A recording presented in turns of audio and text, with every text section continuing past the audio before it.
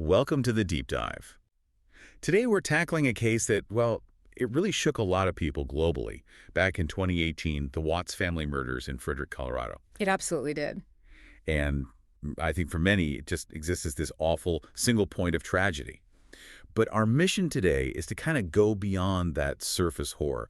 We want to pull back the layers, look at the sources, really extract the timeline of what happened, the deceit involved. Yeah, the evidence trail. Exactly, the evidence, the chilling specifics, and also get into the legal and psychological context that the sources provide. We're trying to understand how this unfolded for the investigators themselves. Right, moving from that initial missing persons report to, well, the horrifying reality of family annihilation. And we should probably set the gravity right up front. This isn't an easy topic. No, absolutely not. This is a deep dive into the crimes Christopher Lee Watts committed. He was 33 at the time. He murdered his wife, Shanann, who was 34, and critically, 15 weeks pregnant with their son, Nico. And their two little girls. And their two daughters, Bella, who was 4, and Celeste, just 3 years old. This all happened on August 13th, 2018. And as we look through the records, the thing that just jumps out again and again is this stark contrast, isn't it? Between the image and the reality. Precisely. The seemingly perfect family image they projected, especially online, versus the horrific truth playing out behind closed doors. Understanding how that facade crumbled, I think, is really central to understanding the motive here. Okay, let's start there then. Before diving right into the crime itself, maybe we should set the scene a bit more. What was going on beneath that surface? What pressures were building? Well, the sources paint a picture of a family really chasing that American dream ideal, or at least projecting it very strongly. Right. Christopher and Shanann got married in North Carolina back in 2012. Then by 2013, they'd moved out to Frederick, Colorado, and bought this big 5-bedroom house. Which sounds pretty successful on the surface. It does. Watts had a job with Anadarko Petroleum. And Shanann, she was very active, very visible, using social media a lot for her work. She was selling Thrive products for Lavelle. That multi-level marketing company. Exactly. And that MLM aspect, it's actually pretty significant here, wouldn't you say? Yeah, I think so, because it offered her flexibility, working from home, which is great. But those kinds of businesses often demand this constant projection of, well, perfection, success, happiness, prosperity. That's the brand. Right. And yet, the sources are really clear. The financial picture behind the scenes was anything but perfect. They bought that big house in 2013. But just 2 years later, in 2015, they filed for bankruptcy. And that's a major tension point right there. You have this pressure, maybe self-imposed, maybe from the MLM structure, to keep up appearances, the happy family, the nice house, the thriving business. All those Facebook posts. All those posts, constantly broadcasting success. But underneath, there's this significant financial strain from that 2015 bankruptcy. You have to wonder how that debt, and maybe the feeling of, failing to live up to that public image, how that might have fueled resentment. Maybe made Watts feel trapped in a life he desperately wanted out of. It sounds like a pressure cooker situation, really. It does. So, okay, let's fast forward to that critical weekend in August 2018. Shanann was returning from a business trip, right? Yeah, she'd been in Arizona for a Lavelle event. She got back very early Monday morning, August 13th. Her friend and colleague, Nicole Utoft Atkinson, dropped her off at home around 1448 a.m. And Watts had been home with the girls, Bella and Celeste, over that weekend. Correct. And the alarm gets raised surprisingly quickly. It's Atkinson, Shanann's friend, who really kicks off the investigation. How so? Later that same day, Monday, she realized Shanann wasn't answering texts. Now, for someone like Shanann, whose business relied so heavily on constant communication, that was apparently very out of character. And then, crucially, Shanann missed 2 really important appointments that day. First, a scheduled OBGYN appointment for her pregnancy. Wow, okay. Big red flag. Huge. And second, she missed a mandatory business meeting for Lavelle. So Atkinson knew something was seriously wrong. So what did she do? She did exactly what you'd hope a concerned friend would do. Around 12:10 p.m., she actually went over to the Watts house. Nobody answered the door. So she called Chris Watts, who claimed he was at work. And then, thankfully, she contacted the Frederick Police Department. Right. Which brings us to that initial police response, the welfare check. That happened pretty quickly then, around 1:40 p.m. the same day. Yes. And this is where the narrative of, oh, they just left, immediately starts to, crumble. Yeah, as Watts let them search the house, didn't he? He did, which in hindsight is just baffling. He gave police permission to enter and search. You have to wonder, was he trying to bluff? Did he think he could actually talk his way through this? Or was it just panic? Maybe a bit of both. But his initial story was What? that he hadn't seen them since he left for work. Yeah, his claim was he saw Shanann around 5:15 a.m. before he left for his shift to Anadarko, and that was it. But the officers inside the house, they immediately found things that just didn't square with that at all. What kind of things? Well, okay, the family dog was there, safe and sound, but everything Shanann or the kids would need to actually leave voluntarily was still in the house. Like her purse. Keys. Exactly. Shanann's purse was found. Inside it were her keys, her wallet, and some necessary medication she apparently took. Her car was still parked in the garage. And importantly, Critically, yes, the girls' car seats were still inside her car. You don't take two toddlers anywhere without car seats. no way. And her phone, her lifeline for her business, and everything else. It was found stuffed down between the couch cushions. Like maybe hidden or just dropped in the struggle? It's hard to say definitively from the sources, but its location certainly wasn't normal. And then there was perhaps the most symbolic item. The wedding ring. Shanann's wedding ring. It wasn't on her finger, obviously, because she wasn't there. It was found placed deliberately on the bedside table in their bedroom. Wow. Okay, so if you're an investigator walking into that scene, You immediately know this isn't a simple she packed up and left scenario. A pregnant mother doesn't leave her car, her keys, her phone, her meds, the kids' car seats, and crucially, take off her wedding ring and leave it behind just to, disappear voluntarily with two small children? no, doesn't add up at all. Not remotely. The scene screamed foul play almost instantly. It made Watt's initial story about leaving for work while they were fine completely unbelievable. He was the prime suspect from pretty much the moment they walked in that door, regardless of how calm he might have appeared. So that initial claim, it was just a lie to buy time, basically. A calculated attempt to create distance and misdirect? Absolutely. And yet, he somehow managed to keep up that calm facade, didn't he? Even transitioning into this public role of the worried husband. Oh, remarkably so. It's actually quite chilling to go back and watch the news reports from those first couple of days. He gave interviews, right? Outside the house. He did. Spoke to local Denver stations, KMGH TV, KUSA TV.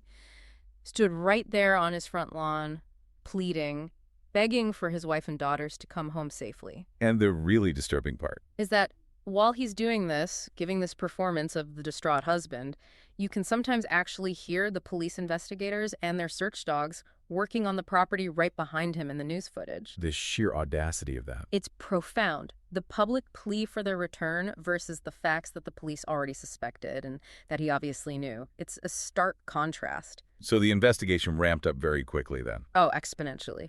Because, as we said, the police weren't really treating it as just a missing persons case anymore. They suspected homicide. So the FBI got involved, the Colorado Bureau of Investigation, the CBI. They joined the search the very next day, August 14th. The pressure must have been immense on Watts. Huge. And it led to, really, the first major turning point in cracking the case wide open. On August 15th, just 2 days after they disappeared, Watts agreed to take a polygraph test. And? He failed. Reportedly, he failed it quite spectacularly. Okay, so the polygraph failure, that was the catalyst. That was the moment his story completely imploded. Once he knew, the investigators knew he was lying, things changed rapidly. He first apparently broke down and confessed something to his father, Ronnie, who was there with him. Right. And then he spoke to the authorities. But, and this is critical, this first confession, let's call it confession one, wasn't the full truth. Not even close. What did he claim in this version? It was a very specific, almost meticulously crafted false narrative. It was designed, it seems, entirely to lessen his own blame and shift the worst of it onto Shanann. Ow. He admitted, okay, yes, he killed Shanann. He admitted he strangled her. But he claimed he only did it in a sudden fit of rage after he discovered that she had smothered their daughters first. He blamed her for the girls' deaths. Directly. He painted this picture where he supposedly came home, found 4-year-old Bella already dead, and then allegedly saw Shanann in the process of actively strangling 3-year-old Celeste on the baby monitor. He claimed seeing that horrific scene made him snap and attack Shanann. Wow. That's quite a story. It is, and you can see the self-serving purpose, right? It positions him not as the cold-blooded killer of his entire family, but as a sort of tragically provoked victim himself, someone pushed into violence by his wife's monstrous actions. Trying to mitigate the consequences? Absolutely. And as part of this partial false confession, he did reveal where the bodies were. He told them they were at an oil field site owned by Anadarko, his employer. Which led to his firing. Immediately. He was fired by Anadarko that same day, August 15th. So he gives them the location, but under this false premise. Right. It's like he's cooperating just enough to make his provoked victim story seem more credible, perhaps thinking the victims couldn't contradict him. The authorities, obviously, acted on that information immediately. They went to the oil site on August 16th and, tragically, found Shanann, Bella, and Celeste. But his story, this confession one, it actually held for a while, didn't it? It created some doubt, some speculation about Shanann. It did, unfortunately. It muddied the waters publicly for a period, but the definitive thing that just shattered that narrative completely came later, on November 29th. That's when the authorities released crucial surveillance footage. Neighbor's camera. Exactly. That neighbor, their decision to check, save, and share that footage with police was absolutely pivotal. It proved Watts was lying about the entire sequence of events. What did the footage show? It was captured very early on the morning of August 13th in the pre-dawn hours. It showed Chris Watts, clear as day, first loading a red gas can into the back of his work pickup truck. And then, crucially, it showed him carefully backing that large pickup truck right up into his garage. Why was backing into the garage so significant? Because investigators deduced, and it seems obvious now, that he was doing that to load the bodies into the truck out of sight for transport to the disposal site. Right. And the timing destroyed his original alibi. Completely. It proved Shanann never left the house alive with the girls that morning, as he'd initially claimed when he said he left for work at 5:15 a.m. The video showed him actively preparing for the disposal after the time he claimed to have last seen them alive. It confirmed this wasn't a spontaneous event, but a calculated cover-up. That footage must have been damning. Utterly. It essentially forced his hand. Faced with that undeniable visual evidence, his confession one just disintegrated. Months later, while in custody, he finally provided concession 2. The full admission. The full, devastating admission that, yes, he had murdered Bella and Celeste too. The whole progression is just remarkable in its deceit. From the public pleas to the self-serving lie blaming Shanann to being cornered by video evidence and then finally admitting he killed everyone, it just underscores the level of calculation involved. Not just in the murders, but in managing the story afterwards. Exactly. Premeditation in the act and premeditation in the cover-up. Okay, so when we talk about the crime itself, the disposal, the details are incredibly disturbing, but they also tell us a lot about his state of mind, don't they? They absolutely do. The level of effort the choices made, they speak volumes about the coldness and premeditation involved. The bodies were found at that Anadarko oil storage site, his workplace. How far was that from their home? Sources say it was about 14 kilometers, which is roughly 8.7 miles. Not incredibly far, but remote enough and familiar territory for him. In choosing his workplace, that feels significant. It's inherently premeditated, wouldn't you agree? He picked a place he knew well, a secure industrial site. He likely believed his access, plus the nature of the site, would guarantee the bodies were never found, or at least not easily linked back to him. Right. It completely undermines any idea that this was just a sudden, unplanned fit of rage. You don't drive almost 9 miles to a specific industrial location in a fit of rage. Precisely. And the way he disposed of them, it varied. Shanann was buried, right? Yes. Shanann was found in a shallow grave dug near the oil tanks at the facility. But the way he disposed of the children, Bella and Celeste, it's almost unthinkable. They were found inside the oil tanks themselves. In separate, large, crude oil storage tanks. And the logistics of how they got in there are just horrifying to contemplate. How did he do it? According to the investigation and later confessions, he pushed their small bodies through an access hatch located at the very top of these enormous tanks. How big was the hatch? The sources are specific on this, and it's chilling. The circular opening, the hatch lid, was only 8 inches. That's about 20 centimeters in diameter. 8 inches for a 3- and 4-year-old child. Yes. Think about that. Forcing their bodies through an opening that small? It wouldn't have been quick or easy. It requires significant, brutal, sustained physical effort, and then dropping them into thick, toxic crude oil. Was there forensic evidence of that struggle, of forcing them through? Tragically, yes. The medical examiner's report noted specific injuries consistent with this horrific act. Bella, the older daughter, had distinct scratches on her left buttock. Investigators concluded these were caused by her being scraped against the rough edge of that small metal hatch as she was being forcefully shoved through. Oh, my God. And investigators also found a tuft of blonde hair, presumably belonging to one of the girls, actually snagged on the rim of one of the hatches. Physical evidence of the violence of the disposal itself. So the disposal wasn't just an afterthought, it was another violent act. Absolutely. It reinforces that cold-blooded, sustained effort. It wasn't just about hiding them. It was about obliteration, almost. It completely contradicts any notion of a momentary lapse in control.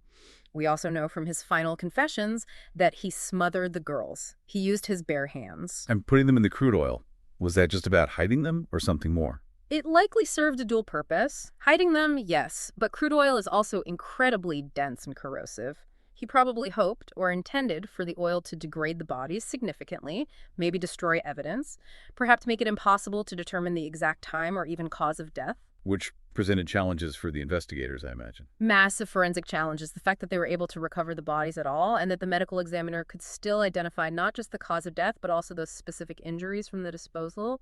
It really speaks to the thoroughness of the investigation needed to counteract Watt's lies. So the different methods burying Shanann, using the tanks for the girls, does that suggest anything? It demonstrates a kind of twisted, systematic approach, a calculated effort to erase his entire family unit from the physical world, using the specific environment of his workplace to do it. So with the bodies found, the timeline falling apart for Watts, the legal process must have moved pretty fast. It did. He was formally charged on August 21st, 2018, just over a week after the murders.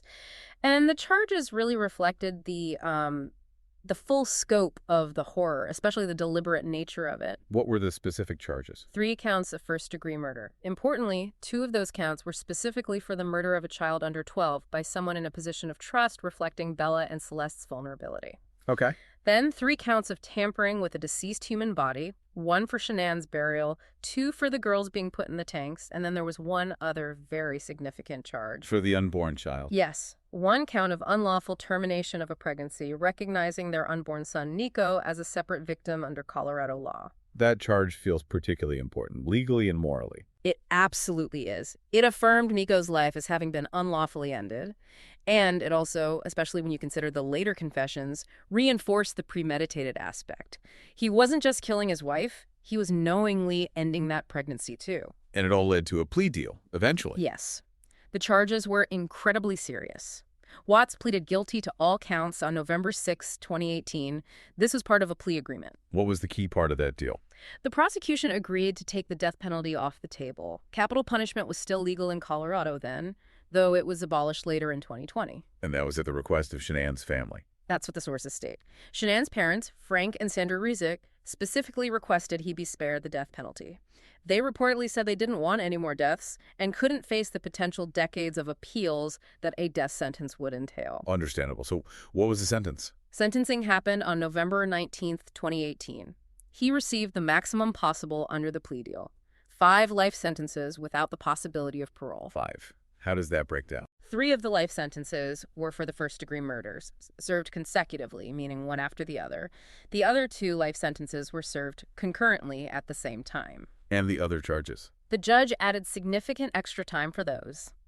He got 48 years for the unlawful termination of pregnancy and another 36 years total for the 3 counts of tampering with the deceased body.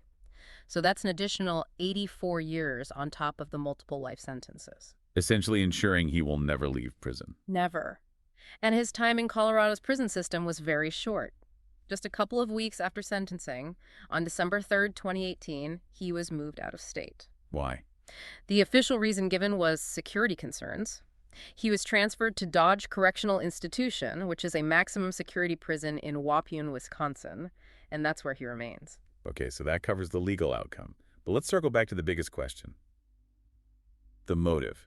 It shifted several times, didn't it? Radically shifted. We already talked about Confession 1, the blatant lie blaming Shanann. Then, later, through his lawyer, a slightly different version emerged. What was that one? This version tried to soften it a bit, maybe make it seem less monstrous. The lawyer claimed the murder of Shanann happened after an argument they were having about divorce.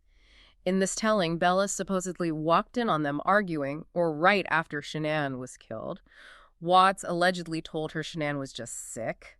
Then, according to this version, he loaded Shanann's body and the still-alive girls into the truck. And killed the girls later. and smothered them one by one later at the oil field site. Still horrific, but it retains that element of it escalated from an argument, trying to downplay the cold-blooded planning. Still sounds pretty self-serving. Extremely. But I think the most revealing and damning information about his actual motivation and planning came much, much later, long after he was sentenced. How'd that come out? It emerged in June 2021 through communications Watts apparently had with a pen pal, someone he was writing to from prison. And these details, if true, they just completely obliterate any notion that this was spontaneous or impulsive. What did he reveal? He reportedly confessed to this pen pal that he had been actively planning the murders for several weeks before August 13th. Weeks. Yes. And he admitted something truly chilling. He said he had been giving Shanann OxyContin. Why? He allegedly told the pen pal he was hoping the drug would cause her to miscarry, to terminate the pregnancy. To get rid of Nico. Exactly. His twisted calculation, apparently, was that if the baby was gone, it would somehow make it easier for him to leave Shanann and start a new life with his girlfriend, Nicole Kessinger, whom he'd been having an affair with. So the motive wasn't just about divorce. It was about eliminating all obstacles to his new relationship. That's what this later confession strongly suggests. It transforms the crime from a sudden domestic dispute into a calculated weeks-long plot involving attempted poisoning, all aimed at methodically removing his entire family so he could be free. That changes everything. It really does. And there was one more horrifying detail revealed in those pen pal letters. What was that? He admitted that he had actually tried and failed to smother both Bella and Celeste in their beds at home before he put them in the truck. He tried to kill them in their own beds first. That's what he reportedly claimed. He tried, it didn't work, or he stopped. Then he loaded them into the truck, possibly still alive, maybe drugged, it's unclear, along with Shanann's body, drove them almost 9 miles away, and then finished the murders at the remote oil field. That sequence, it just removes any shred of doubt about premeditation, doesn't it? None whatsoever. It confirms the murderers weren't a single act committed under stress in the truck or at the site.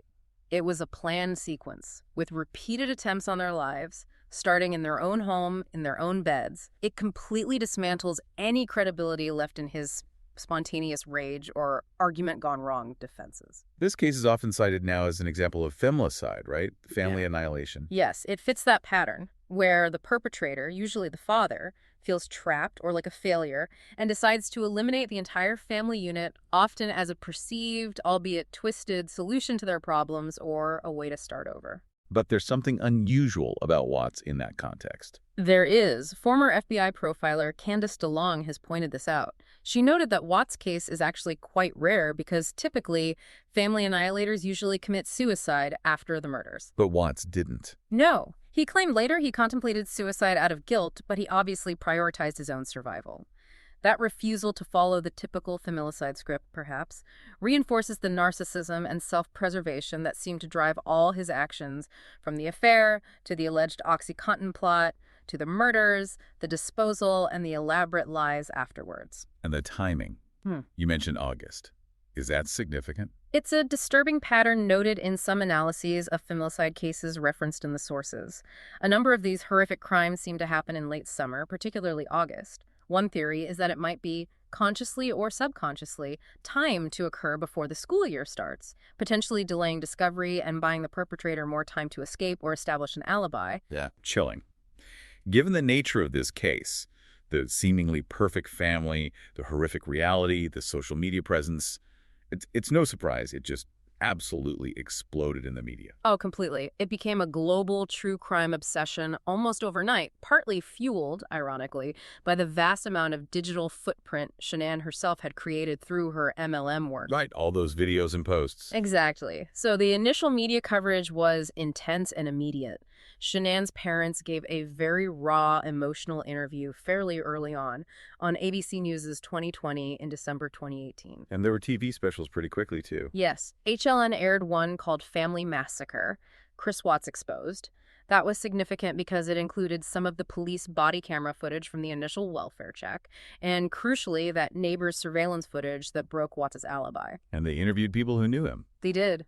That special also featured parts of an interview with his girlfriend, Nicole Kessinger, where she talked about changes she'd noticed in his behavior leading up to the murders. That really fed into the narrative about his motive being tied to starting this new life. The talk shows jumped on it too, I imagine. Absolutely. It became a fixture on shows trying to dissect the why. Dr. Phil had episodes featuring various analysts, as people like Nancy Grace, Candace DeLong, trying to unpack his psychology, the secret life, the potential triggers. Right. And interestingly, the Dr. Oz show actually had the neighbor whose camera captured that key footage. It really highlighted how ordinary citizens can sometimes play an absolutely critical role in solving major cases. Then came the dramatic adaptations, which always seems to happen with these high-profile cases. Inevitably. Oxygen Network released a documentary episode about it for their Criminal Confessions series in late 2019. And then just a month later, in January 2020, Lifetime aired its own movie. Chris Watts, Confessions of a Killer. That's the one. A docudrama, basically dramatizing the events based on the known facts and his confessions at that time. But that film caused some controversy, didn't it, with Shanann's family? It did, and this is a really important point about the impact of true crime media. Shanann's family spoke out very publicly and very strongly against the Lifetime movie. What were their objections? They made it clear they were never consulted about it, they weren't involved in its production in any way, and they certainly weren't making any money from it. But their biggest concern, they said, was the fear that this dramatization would just stir everything up again and likely increase the online harassment and speculation they were already suffering from. That issue of secondary trauma for victims' families from these adaptations is huge. It's massive. When a horrific, real-life tragedy is turned into entertainment, especially without the consent or involvement of the surviving family, it can force them to relive the absolute worst moments of their lives over and over again, often fueling unwanted attention and conspiracy theories online. It's a difficult ethical line. Yeah, it really is. And then Netflix weighed in. Yes, in September 2020, Netflix released its own documentary, American Murder: The Family Next Door. And that one took a somewhat different approach. How's It relied very heavily on archival material. It used a lot of the Watts family's own home videos, Shanann's actual social media posts, which were extensive text messages exchanged between Chris and Shanann, police interrogation footage, body cam video. So use their own words and images to tell the story. Largely, yes.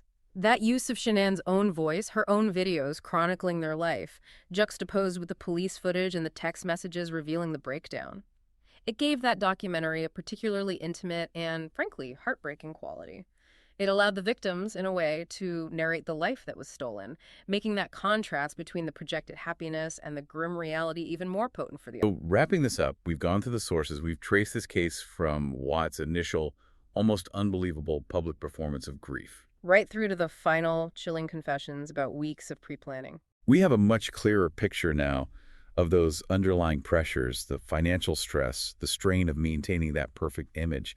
We've seen the key evidence that broke his story, especially that neighbor's video and the failed polygraph. And we've had to confront those horrific details of the disposal, forcing his own children through that tiny 8-inch hatch into crude oil miles from home. It speaks volumes about the calculated erasure he attempted. Yeah. The tragedy here, it just operates on so many levels, doesn't it? It really does. You have this almost textbook example of a public facade just completely collapsing under scrutiny. You see the perpetrator's systematic, calculated efforts to control the narrative, shifting his story multiple times to try and mitigate the consequences. From blaming Shanann to admitting the pre-planning with OxyContin. Exactly. And then there's the ongoing impact. How the story continues to be consumed, adapted, and discussed, which keeps Shanann, Bella, Celeste, and Nico in the public eye, but often, as we discussed, at a really painful cost to their surviving family members who have to endure that scrutiny. Which leads us to a final thought, something for you, our listeners, to consider. Chris Watts presented multiple, wildly different versions of the truth. He went from the immediate lie, blaming Shanann, A story seemingly designed purely for self-preservation in that moment. to the later, detailed confession admitting he planned it for weeks, tried to induce a miscarriage with drugs, even failed in his first attempt to kill the girls in their beds. So the question is, what does this constant layering of deceit tell you about how truth functions in these high-profile criminal cases? How many different versions of a motive, all self-serving, all potentially manipulative, can actually exist and be presented by one person trying to shape the outcome?